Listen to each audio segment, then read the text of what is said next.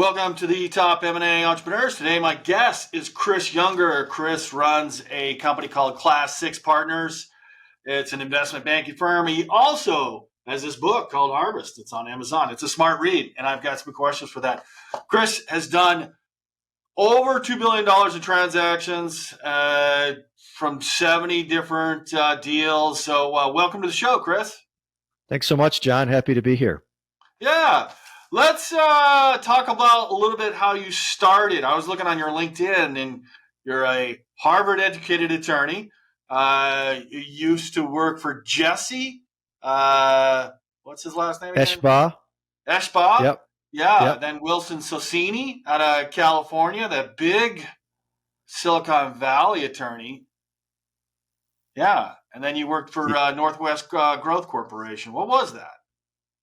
So when I left the legal profession, I went to work for it was basically an investment group that was funded by a utility, and that's where I and a couple of other folks started a consolidation strategy in the communication space. Yeah. Then you Expanets, largest value-added reseller of telecommunications equipment in the U.S., acquired and integrated 27 companies.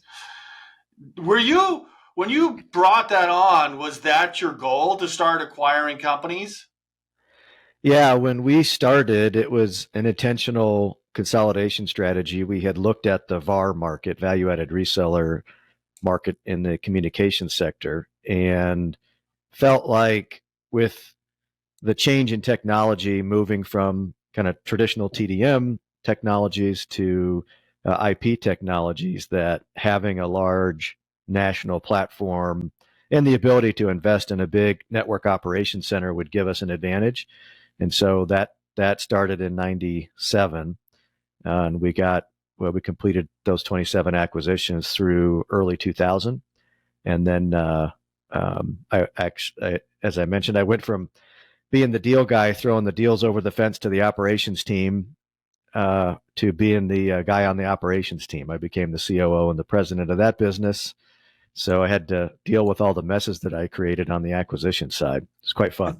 It's like I used to be a lot taller. Yeah. Yeah. Yes. And then you sold that to Via, very large multi-billion-dollar company. And then you went off to Silver Cloud Companies, private equity firm in Inglewood, Colorado, and you did that for 7 years. Yep, did that. And then in parallel, we started our investment bank, Class 6 Partners, with my partner.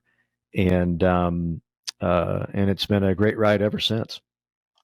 Yeah, you've been doing that for 17 years now. That's fantastic. So yeah, no, it's been a lot of fun. And you're also a Vistage Worldwide speaker since 2008. Yep, really big believer in Vistage. I'm a member. I have been for the last 15 years, and do a lot of speaking to Vistage groups around the country, and always happy to help those companies because they tend to be lifelong learners and interested in growing their businesses, so they're fun to work with. Where do you go for advice?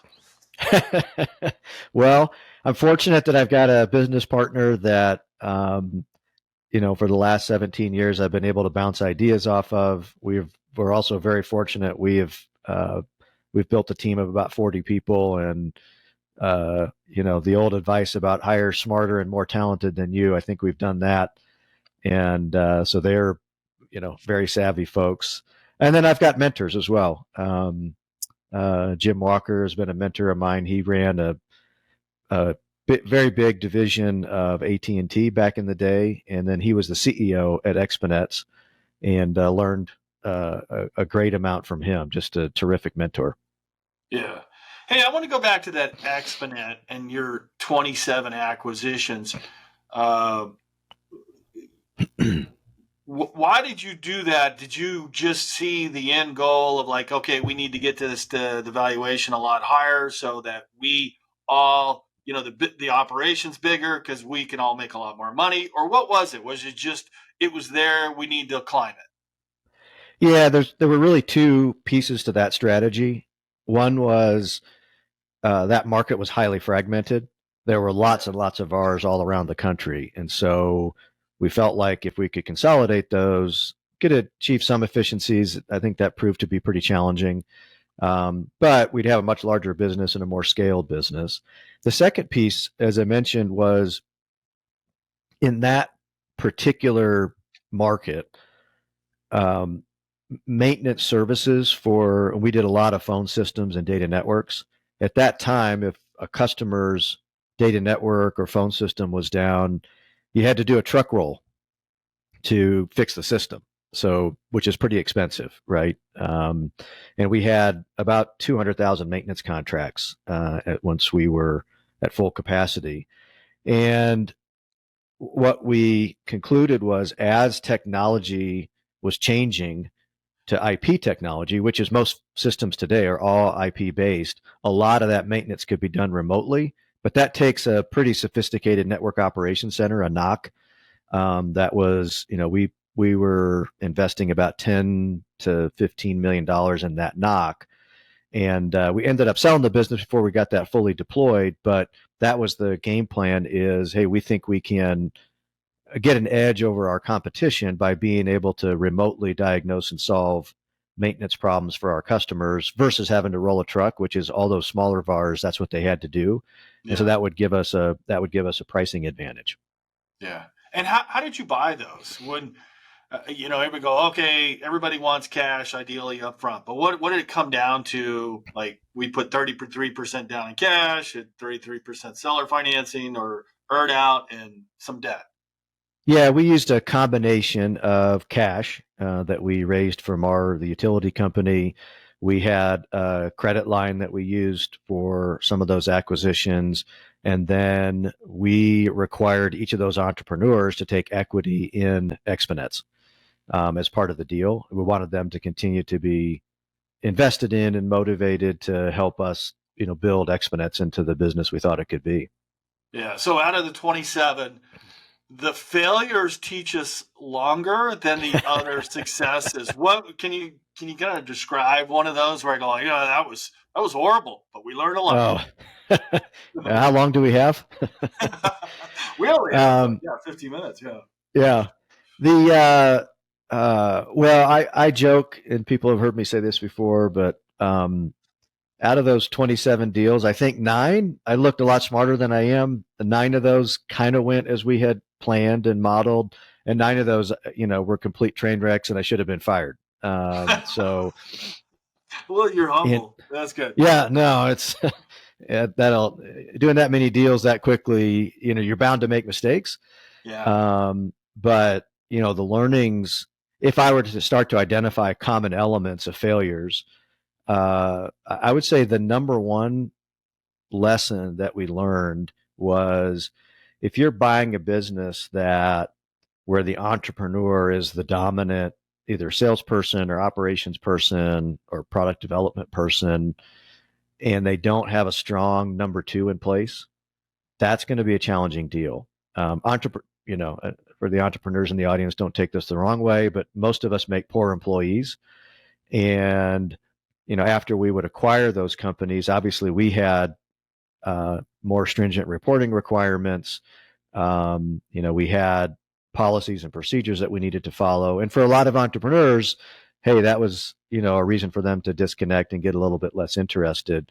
If you had a strong number 2 that was managing the business for that owner ahead of time, that was much easier to deal with because they were already used to taking direction, managing according to, with a manager in place. And, the businesses where that wasn't the case, those were our toughest deals. And what does that look like? I mean, can you see that when you say, okay, he's got a general manager or COO, and you ask the CEO about that? You go, well, who's your number 2, and tell me about him. Oh, yeah. Yeah. Before as we learned those lessons, obviously, we would insist on meeting those people to really understand what was the bench strength, both hey, is there somebody that is either running or is capable of running that business, a president or a COO? But we also wanted to talk to the CFO. We wanted to talk to the head of sales. We wanted to talk to the head of operations, head of engineering, because that gave us a much better sense for the strength of the team, which, that has a big impact on valuation. And the stronger the team, the less risky it is. And like I said, we learned that lesson the hard way on some of our deals. And but it was, yeah, like I said, you learn a lot doing that many deals that quickly. Yeah. When you say it adds to the valuation or subtracts to the valuation, you're saying the same thing. Was there a number attached to that, or can you Sure. quantify that? Yeah. Yep. We and even on the banking side, we see this all the time. If we've got a business where it's too heavily dependent on the owner or the entrepreneur, versus a business that's got a really strong, deep, qualified team, the difference can be 2 to 3 turns of EBITDA in terms of valuation. Really? So yeah, so as businesses scale, this is one of the challenges that all entrepreneurs have. As businesses scale, they're as they get to a certain level, maybe that's 10 million in revenue, maybe that's 12 million in revenue, they're going to have to make that decision to really invest in, more talented second tier management.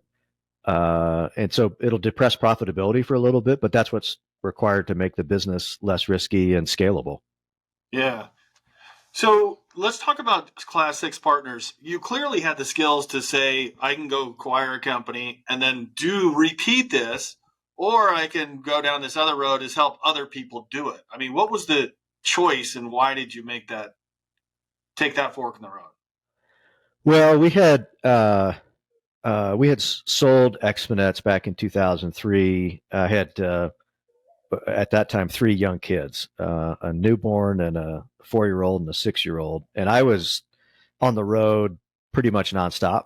And I sat down with Mary Beth, my wife, and said, "Hey, we could try to go do this again, right? Go raise some money and come up with a strategy, or we live in Denver and we loved it. We could stay here in Colorado and do something different." So I actually, I probably it was kind of in quasi retirement for about a year and a half. And I joke I was reorganizing her spice store when she told me I for the won't use sixth the time. yeah, Okay, I won't you need use to the find exact language that she used. Yeah, but she said you need to find a hobby. So something. that's why we started the bank. And we did it. One of the things that I learned in doing all those acquisitions is just how fun entrepreneurs are to work with. Yeah, yeah. They were high integrity, high quality, driven, fun people to hang out with. And so I wanted in the next life to make sure that I got to continue to work with them. And this is a perfect job for that. I mean, all of our clients, save a few, are entrepreneurs, and they're good people, and it's really easy to get our team motivated to help them, because like I said, we're pretty selective on clients. We really work with those folks that are a good values match with us, and they're generally quite charitable. They treat their team well, high integrity people, hard workers, and as you know, with all entrepreneurs, I mean, they've got their quirks. Most of them are entertaining, some of them not, but I gotta go. When you say about high integrity, what is your hey, they crossed the line? And it could be the tiniest little thing. I mean, I'll give you an example. I can remember U of A basketball when Lute Olson first came. He brought a recruit to a restaurant, and the recruit was rude to the waiter, and that guy did not get a scholarship. And he told that oh, story because he was trying to get people to come to the seats at that time. This is right when he first came. oh yeah, the 3 core values at our firm are hustle, humility, and relationships. And the humility piece is a really, really important one that I don't know if people pay enough attention to. So we're looking for clients that are lifelong learners, that are coachable, that care a lot for their team. We can tell a lot about an entrepreneur when we're first meeting with them and asking them about goals of the transaction.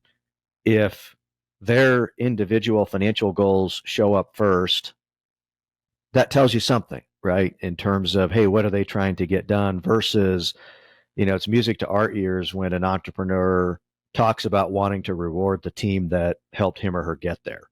Yeah. So there's lots of tells, as we like to say, that give us a sense for, hey, where's this entrepreneur positioned, and is that going to be a good fit for us? The the entrepreneurs who know everything and really can't take advice. I mean, we're just not going to be that helpful to. And so those are ones we pass on. Um, we've certainly done deals that were a lot more challenging because, hey, maybe the business was smaller or maybe it was just a more difficult market, but we just loved the entrepreneur and we knew it would be fun to work with them. And so we've been fortunate to be able to make those choices. Let me dig deeper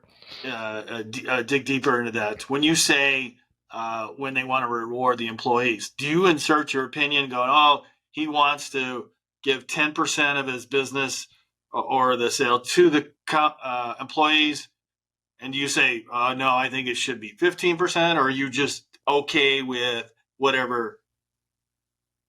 Yeah, I don't. I mean, we'll get the question a lot. How much should I reward my team? But I would say most entrepreneurs, these business owners, have a pretty good sense for what they want to allocate to their team.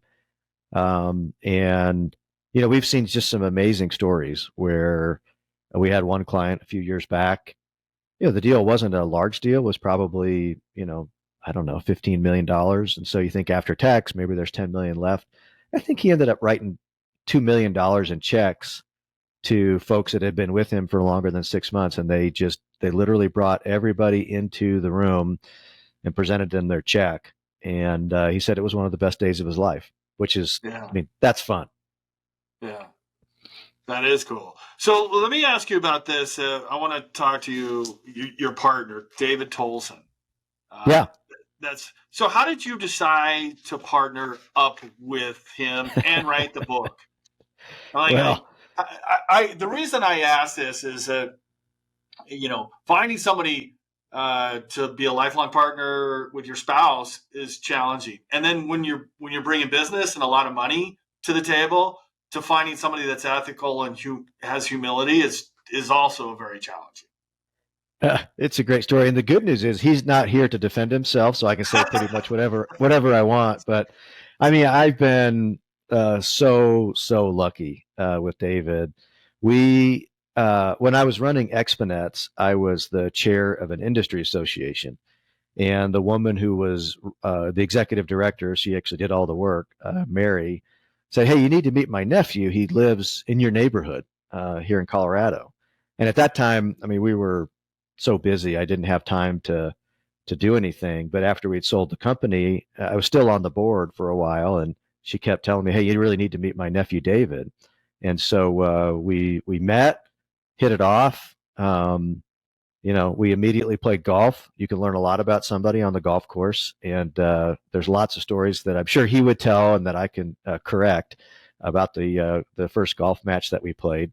And then we just got to know each other over the course of about a year and a half. And he was running his valuation practice at the time. And we talked and said, hey, why don't we start, an M&A advisory shop?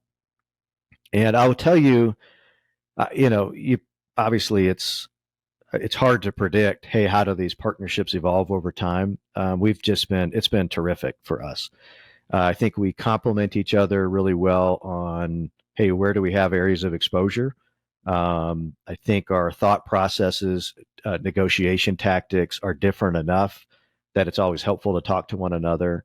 And that I will tell you, the moment that I knew that I had picked, hey, the right partner and that we were aligned early in the days of our business, we had a guy come to us who was trying to raise a real estate fund. And obviously that's a lot different than doing M&A advisory, but given that we didn't have any money and we were anxious to do any deals, we told him, hey, this is a little bit outside of our bailiwick, but we'll give it a shot for you. So we got our retainer. I was in charge of it, went out, did the solicitations, and ended up with almost nothing. And I went into David's office, and we weren't obligated to do this, but I went into his office and said, yeah, David, we've just totally booted it for this guy. We need to refund his retainer. Well, I think the retainer was 30,000 and we had like 15,000 in the bank. And David said, all right, where do I write my check? And so, both of us had to put money into the business to write that. And I knew right then, hey, we're aligned, right? We always you always want to do the right thing by the client, and sometimes that hurts, and sometimes it costs you money. But I do think in the long run, and number one, it's an easier way to live, and two, it's good business. And so, but I've just, like I said, he's a terrific person. I can't say enough good things about him, and he's been just a ton of fun to build this business with. Yeah, I've heard that like the more you tell the truth, the stronger you get.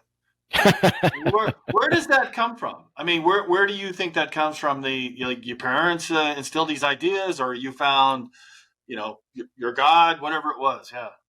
No, for me, I'm sure it was my parents. My dad has been a role model for me. He grew up in the cable television business, but was just he was beloved by the folks that worked with him, and he and my mom, just a very strong moral compass.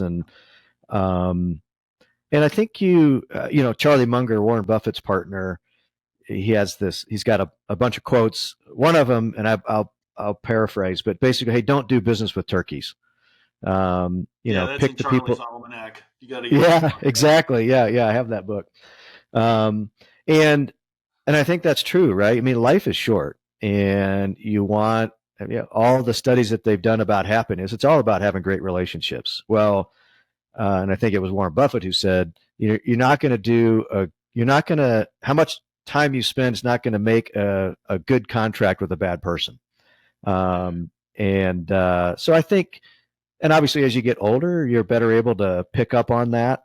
The There's more no deals you shortcuts do. to that. No, it's one of the nice things about our business is we just get a lot of referrals, and we know right when a referral is coming from one of those clients, hey, the person that's on the other end of that line is likely to be a good person, and that's been a lot of fun, very very gratifying. So I got a class 6 partners. Yeah, Where did that name come from? I mean, you well, didn't go hey, just find a lookout over the edge and look. Oh, there's a Black Rock. I'll just call it Black Rock. the Or a street. You don't have street in there or something. Yeah. yeah, we used to be our name used to be Capital Value Advisors, CVA. Yeah. And we had that name. We're a registered broker dealer, and we have a family office, which is a registered investment advisor. But then the SEC implemented this Reg BI. I don't know if you've heard about it, but basically, after 15 years with no issues with our name, they told us, hey, you can't use the word advisors in your name as a broker dealer. So we said, fine. So that was during COVID. I think David and I probably had too much to drink one day and said, hey, we're going to change the name. And we started thinking about, hey, what's that journey of the entrepreneur, and what's a great metaphor for, hey, the work that we can do to help them. And class 6 is the classification for rapids, is the most difficult rapids to traverse. Yep. And I do think that for a lot of entrepreneurs that haven't been down the river yet, it may be calm and it may look really nice today. As you get into that transaction phase, that's when the class 6 rapids are. And so, you really need a guide. And, that's our role, is to make sure that they don't die. Yeah, I got to pick on this. So FINRA, was it FINRA or SEC said you can't? SEC, Reg BI. Yeah. Yeah. Well, why? I mean, what was the reason? Who knows what the reason is for all these different regulations? I mean, they, they had Reg BI was expansive in terms of all the different changes that they made, and that was just one of them. But I think the underlying reasoning was it would make us sound like a wealth advisor, and so hey, we're not a broker dealer. We don't take custody of funds in that business. At the RIA, our family office, we absolutely do, but that wasn't the name for the broker dealer.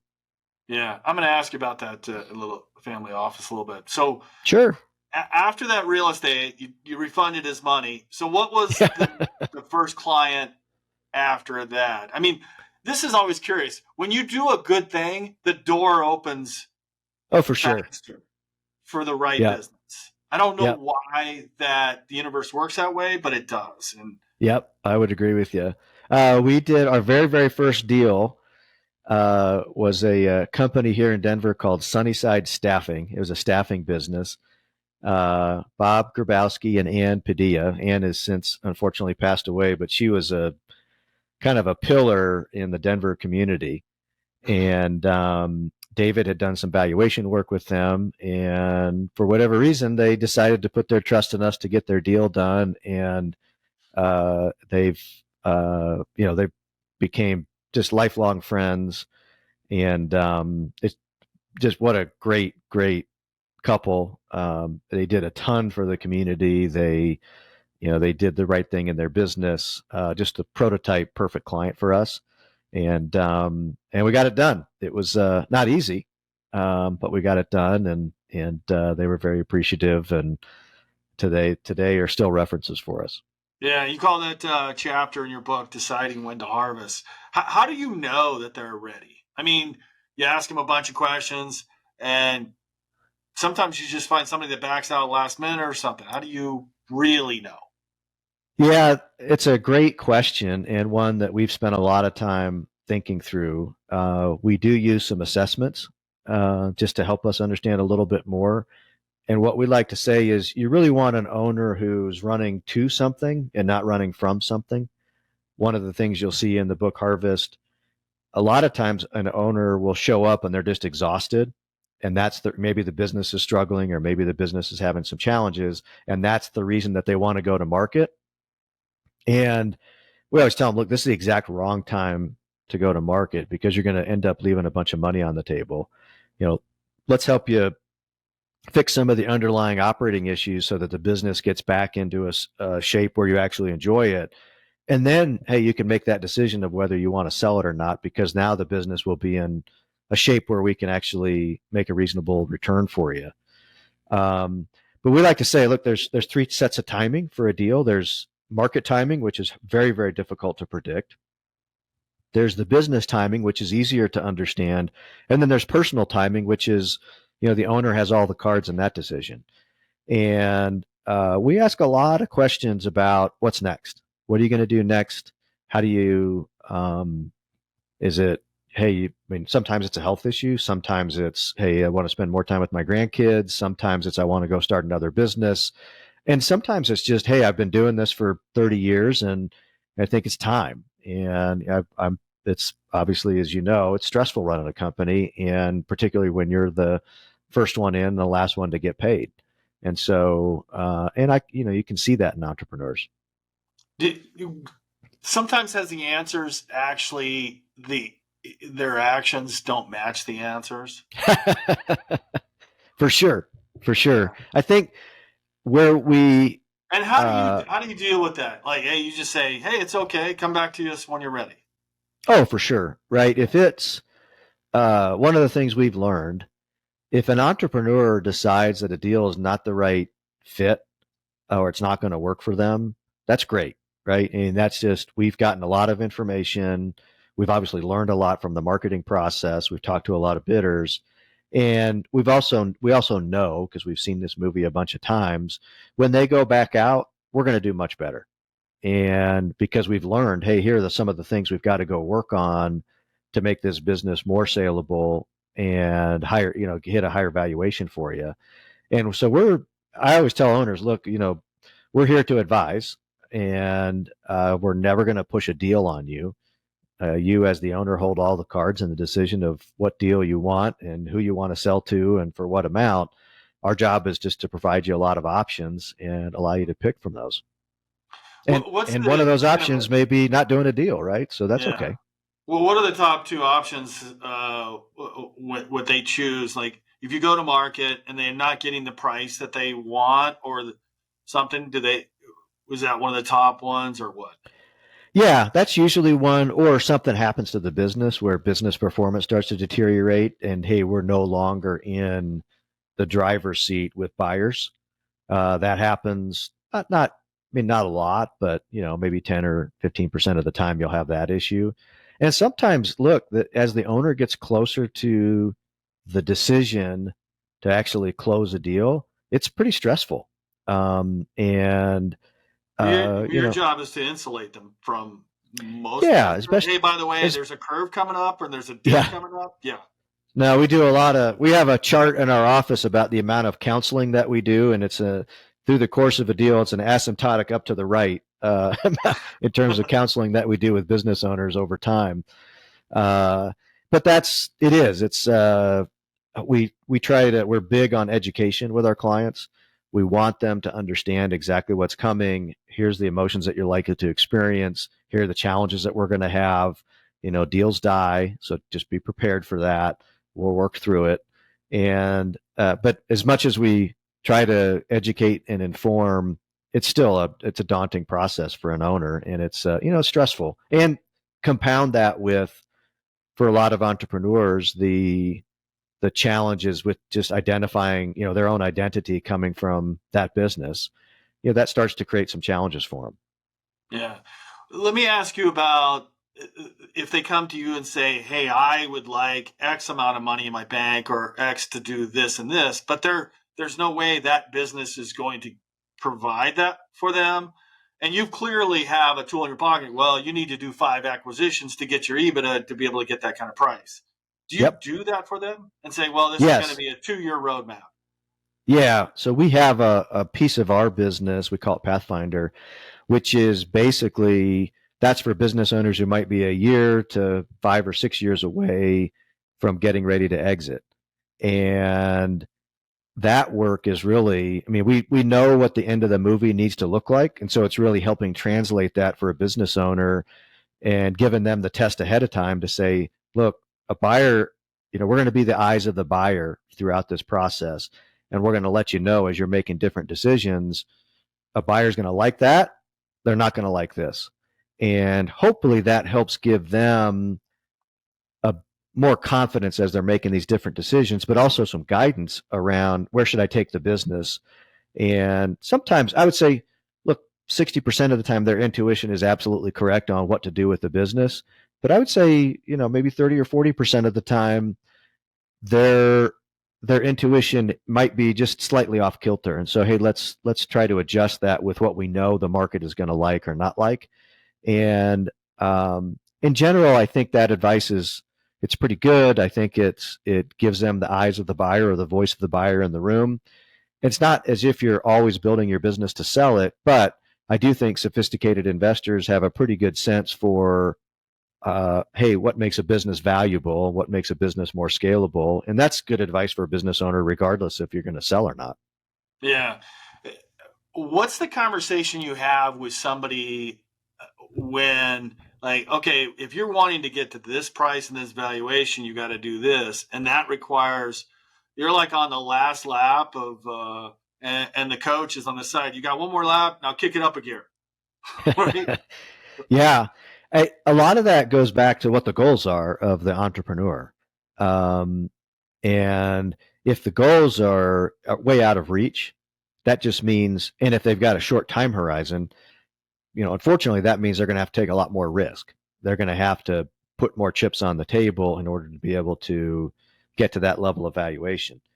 And sometimes that's feasible for them. Their risk appetite is appropriate, and sometimes it's not. But we try to be, if when we run a process, there's kind of a bell curve of valuations on that business, right? And the fat part of the bell curve is going to be what we would consider market value. You're going to have folks that are going to try to buy it a lot cheaper than that. And if you've done your process the right way and you've identified enough of the right types of buyers, you're hopefully going to get bids that are, on the far right of that bell curve. We never want to take a business to market unless we believe, hey, the fat part of that bell curve, valuations in that range are going to meet their needs, financial needs, whatever other needs that they have. And you definitely don't want to take a business out counting on getting one of those outlier bids because you're likely to disappoint them. And there's nothing worse than having a disappointed owner after working 9 months. I mean, that's a horrible, horrible position to be in for everyone. And so we try very, very hard to prevent that. But it is back to your question of how do you motivate somebody? Part of that's just showing them what's possible. And most of these folks are pretty driven. And sometimes all it takes is just painting that picture for them of what's possible. And then they they'll go execute. We've watched that time and time again. With like, you just tell them, hey, here's the roadmap you should take, and they just do it themselves, and they're just constantly, they'll pick up the phone and go, hey, what do you think, Chris? You made 27 acquisitions. What do you think? Yeah. Yeah, exactly. And we monitor them. We've got a series of we obviously monitor their financials. We update the financial model. We're going to update all the data room documents as those are happening, so that we're ready. We continue to think through the story that they're going to tell to the market. We check in with them periodically, at least once a quarter, if not more. And as I always tell clients, I'll be disappointed if you've got a big decision and you don't call us to get some input. That's our That role. ego will kill you. For sure. Back to the client selection, right? You're trying to find somebody who is a lifelong learner and knows what they know, but also knows what they don't know. Yeah. Let me give you a couple examples. Have you ever taken a company to market with a really high concentration of customers? Let's say 80% of their business in two customers. Do you take that to market because you know that somebody might buy that, a bigger company that's a strategic, or you just say, hey, this is not our bailiwick, we'll pass? So we've taken some of those to market, and I'll give you an example of one of them. They had one customer that was about 80% of their business. They were serving utilities, which makes sense, right? Those are I understand those. Those are long-term contracts, and switching costs are extremely high. You just can't move somebody from one supplier to the next. Well, this was a company that was providing services to the utilities, and they had evergreen year-long contracts. So the utility company, basically every year that contract was up for renewal. And we took the business out to market, and I had talked to the owner and said, look, I think this is a long shot, but let's go see. So we talked to the different strategics. We talked to a lot of private equity firms. And as you might expect, with that much customer concentration, that deal was not doable. It wasn't tenable. And so what we did is we went back. I mean, you can solve customer concentration a variety of ways. You could go acquire some other businesses. You could try to sell your way out of it, but both of those are time consuming and expensive. What we ended up doing was just renegotiating the contract with the utility, gave them a price break, committed to some additional CapEx, but we were able to get 7-year contracts. And then we broke that contract up into 4 or 5 different service lines, such that if one of them busted, we didn't lose everything with that utility. And we took the business out, and we ended up we got it sold about twice the valuation that we were seeing in the first process. So the valuation went up because you diversified or mitigate the risk of customer concentration. Yeah, exactly. But it's did you go to the utility company with the CEO and work on this negotiation, or you just coach him to do that? We just coached him. We had said, hey, let's see if we can break this contract up, get longer terms. Also, let's kind of zipper the relationship with them. Let's make sure it's not just the owner and the head of procurement at the utility. Let's really build the project management relationships down through the organization, such that, hey, we always had advocates up and down the organization. How long did that take? Because now we're talking about working with a bureaucracy, possibly government, regulated or is regulated. And like, okay, let me run that to the next person, run it to the next person, run it up to the next person. Took about 2 years. 2 years. Yeah. It was worth it. I mean, they ended up, the increase in value over those couple of years was a really, really good return on investment. Totally worth I'll say that. Totally. Yeah. Hey, so I'm going to go to chapter 5, understanding financial statements inside and out. I'm a big fan of Warren Buffett because the language of business is accounting. So understanding that. What are you looking for? And I know David Tolson used to do evaluations, so he knows these financial stuff in and out. So what value do you place on, income statements? The bottom line is kind of a theory, versus the balance sheet. You can see what people owe and people who you owe. Yeah. Yeah. Obviously, in our world, the financial statements are really the story of the business, right? That will help you understand exactly what's going on in the business. And in these days, right, any deal of, it's north of 20, 25 million, you're going to have to do, I mean, we won't take a business to market unless we've done a seller prepared quality of earnings report, we don't want any surprises, and we want those financials to be represented just as well as they can be. And you know, obviously there's lots of things you're going to look at, but the most important is how's the business growing? Is it growing profitably? What's that incremental contribution margin from additional products or services sold? How are we doing on the bottom line? And then you go into all the qualitative factors behind that, right? The team, the customers, what kind of strategic advantages does this business have? I'm a big believer that gross margins, right, accurately accounted for, will give you a really good window into how differentiated that business is in the market. The prototypical examples, when you look at a SaaS business, it's got 80 or 90% gross margins compared to a general contracting business that might have 3 or 4% gross margins. That tells you a lot about pricing power for each one of those businesses, and it corresponds to how valuable those businesses would be at equivalent cash flows. Yeah. What about debt on the balance sheets? When you look at this, do you try to help get rid of the debt on the balance sheet, clean it up? What do you do? Yeah, most buyers are going to exclude debt from the purchase. Yeah, it's an asset purchase agreement, but what if the debt was actually used to turn assets into cash flow? Yeah, it's again, I think well-run businesses with an appropriate amount of debt is just fine. They've used that. Hopefully, they've gotten a good return on investment for the debt that they're utilizing. Again, we're going to have to pay that off at closing, but I would say too few entrepreneurs that are running really healthy businesses utilize debt to their advantage to really be able to make investments, because for these healthy businesses, the cash that they invest in those businesses is going to generate a really nice return. But a lot of business owners are pretty conservative, which I totally respect. I'm that way with our business. Let's unpack that. When you say entrepreneurs are not utilizing debt as much as they should, what are you actually saying? I said to use it to go buy businesses, to go buy better, more products at a better price. What are you talking about? Typically, for most entrepreneurs who haven't had acquisition experience, their risk-adjusted return on investment for organic growth is going to be better. And we always do that analysis for them. We'll show them, hey, here's the return on doing this acquisition, right? Under these assumptions. Here's the return on an organic growth strategy for you. Maybe that's adding a geography, or adding more salespeople, or increasing your marketing spend, or new product development. Hey, here's what that return looks like. And in most cases, they're going to see that notwithstanding their experience of how difficult it is to grow organically, generally they're going to get a better return there than just going out and doing an acquisition, particularly and especially if they don't have any experience acquiring another company. If somebody's got experience and they're well situated, that can be a great strategy.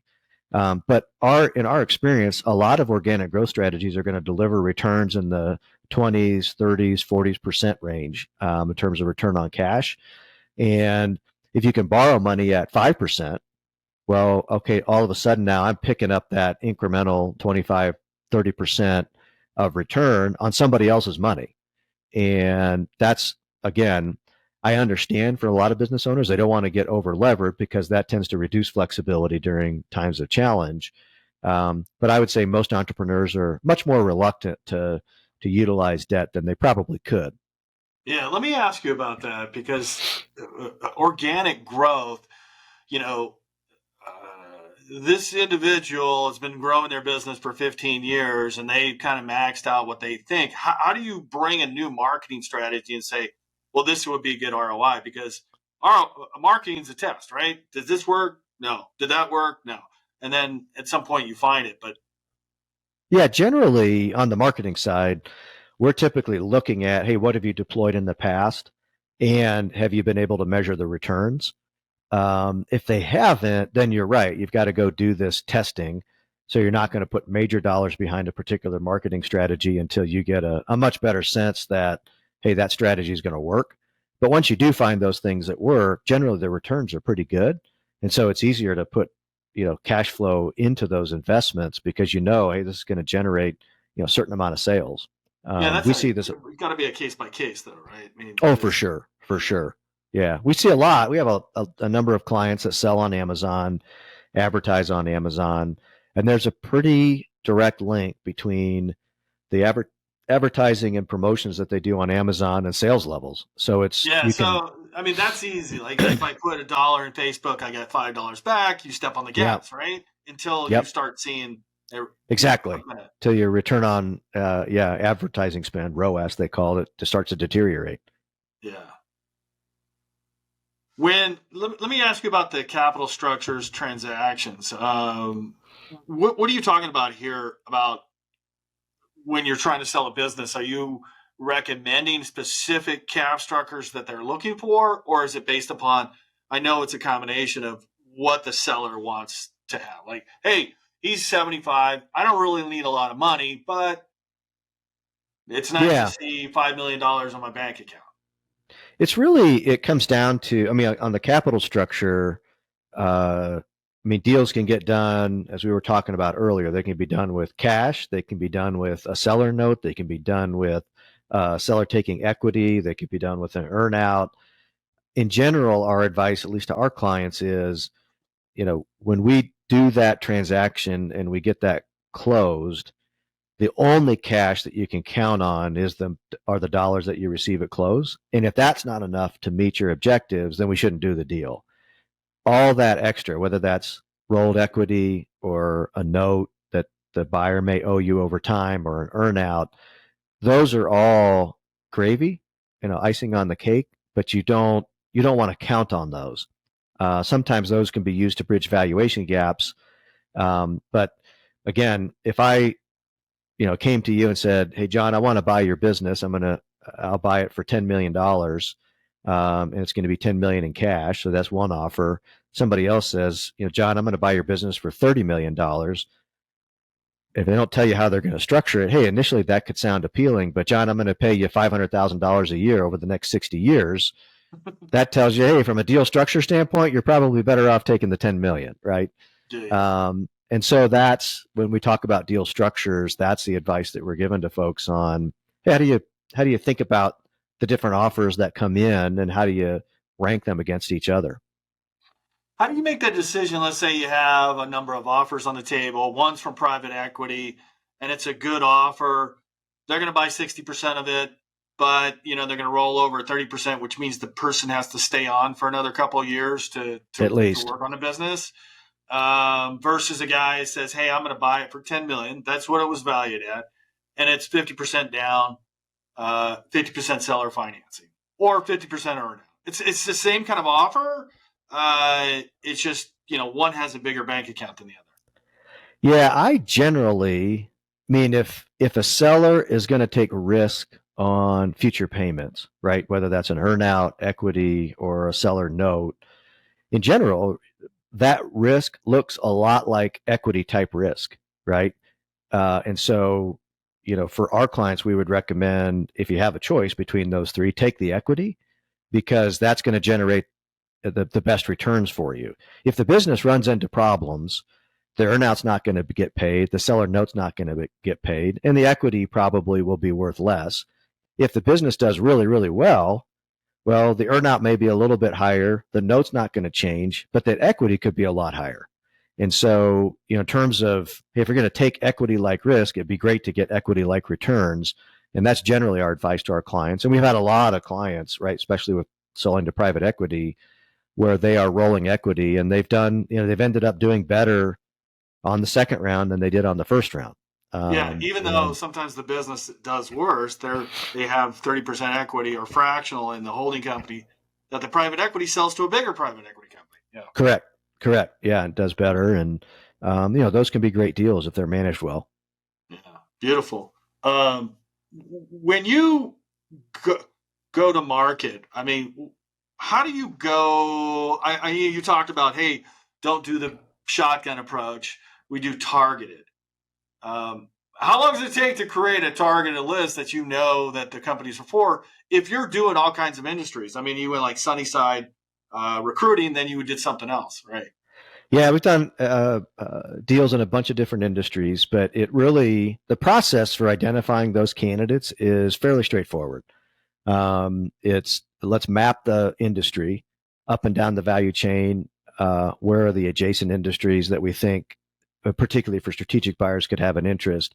On the private equity side, it's actually pretty easy. We invest in a lot of databases that help us identify private equity firms where this size and character of investment and type of company would be appealing to them. And so that's pretty easy to identify. And then on the strategic side, those are much more hit or miss. But, we tend to talk to a lot of folks just so we can identify, hey, who could be that outlier that, might be willing to pay a premium for this business. One of the things that we see when we go to market, a lot of times clients will say, well, I know who the buyer is going to be for my business. It's going to be one of these 5 companies, right? Because they've been super active in our space. One of the things that we've learned is when you have a very active M&A market, the folks that are the most active participants in that market, their bids are going to be very close to one another. And the reason is because they've watched each other bid over the last 10 processes. And so I'm going to know where my competitor is bidding. And so I don't want to pay much more than that, right? I don't want to be the idiot who paid way too much for the business. But if you talk to people that might be outside those likely suspects, that allows you to potentially find somebody who is not necessarily familiar with where all the other bids are going to come in and who's willing to pay a premium because they really want that business for some unique reason. And so, but it's a lot of elbow grease, a lot of reaching out to folks and talking to them, but it works. Yeah, I've had that experience. A broker told us, hey, you're in within 10% of the bid from the 5 other people at the table. So yeah. Yeah, well, it's when you look at the distribution of bids, right? Again, a lot of them are right there at the fat part of the bell curve. And usually those are what I would call the usual suspects. None of those folks is going to pay a premium.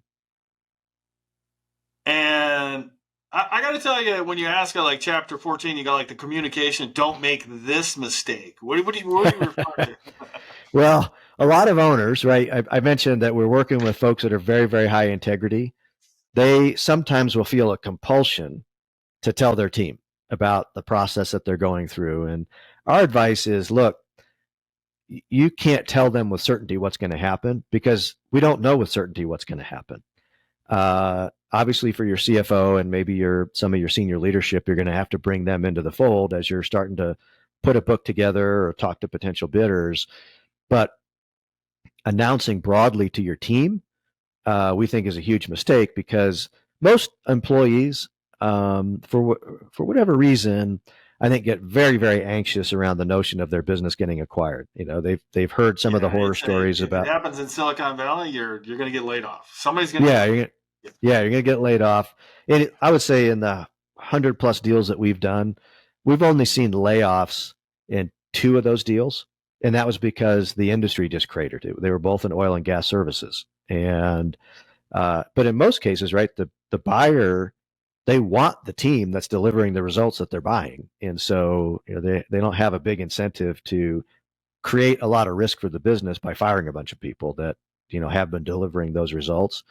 But unfortunately, if you were to explain to your whole team, hey, 6 months before a deal happened, hey, we're going to go sell the company and this is a process that we're going to run, you're going to have a lot of people putting their resumes out. They're going to be worried about their job. They're going to be Oh, yeah, exactly.